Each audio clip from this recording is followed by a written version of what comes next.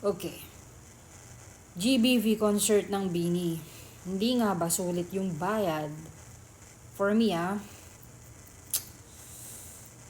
kagabi, I have attended the concert of BINI, which is the Grand Biniverse.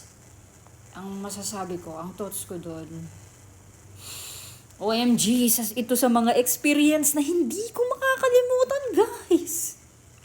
Ang ganda ng ang ganda ng production.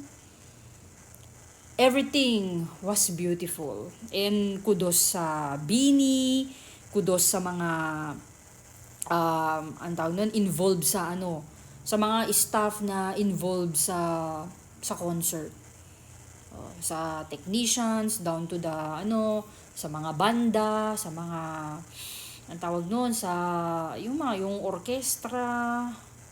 Sige na, hindi ko na isa-isahin pa kasi madami din eh. Kudos sa inyong lahat.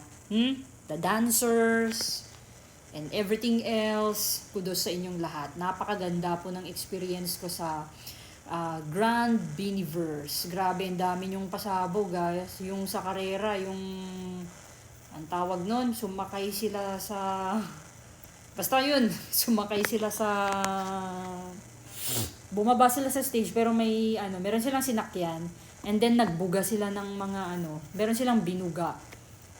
Gamit ang isang gun, kung di ako nagkakamali dun sa gamit nila, and isa pa sa pasabog nila yung pumunta sila sa taas habang kumakanta ng na na na na nahuhulog ang loob di na yung sasakyan nila naman parang kay Santa Claus, pero ang design yung A ang design. So yun, tag-aapat sila. So ayun ang bongga. Ay nako, alam nyo, hindi ko maipaliwanag ang saya na nakita ko ang BINI ng malapitan.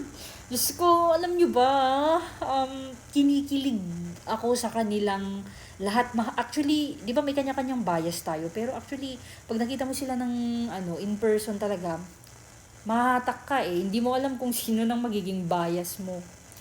Ang ganda, yung iba sa kanila, ang sarap ibulsa, yung iba sa kanila, ma-amaze. Ewan ko ba, ma-amaze ka sa ganda. Kanya-kanya silang ganda eh. Mala-Diyosa ang ganda nila eh. At saka alam nyo, dun sa high-buy session, actually, natiklop ako sa bias ko. Kasi parang gusto ko pang sampalin sa realidad ang mukha ko na nakita ko na talaga ang BINI ng malapitan. Guys, hanggang ngayon, dala-dala ko pa rin ang kilig. Tapos nakapagpa-picture pa ako dun sa Aya Ball. At napakagaling nilang coach na si Coach Matthew. Kaya grabe ang kilig ko sa experience ko sa Grand Biniverse. Hoping na maulit-uli, hoping nakakayanin kong masundan yung mga concerts nila, because I would like to support the girls hanggang sa dulo kahit magkanya-kanya na sila. I will support one by one sa kanila.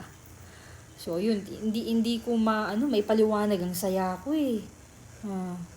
Promise talaga, hindi ko may paliwanag ang saya ko na naka-attend ako ng Grand Biniverse tapos malapitan pa sila.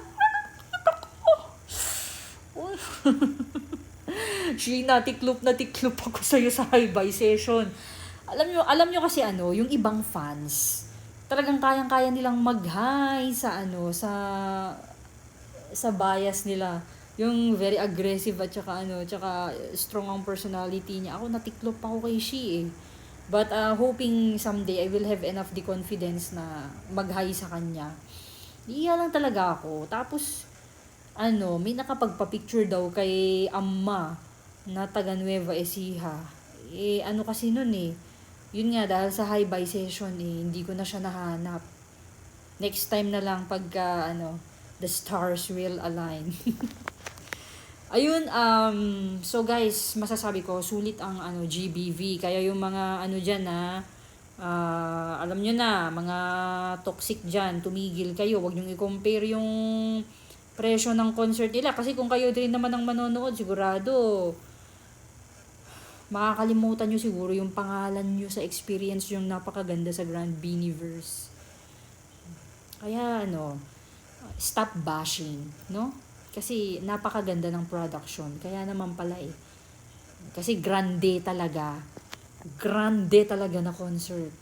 And it's one of my best experience ever na hindi ko makakalimutan. And Beanie was the first Filipino P-pop that I have stan. So ayun, Beanie, mahal na mahal ko kayo. Ah, sana maraming beses ako makapunta sa mga shows, sa mga concert nyo because I would love to support you girls always. And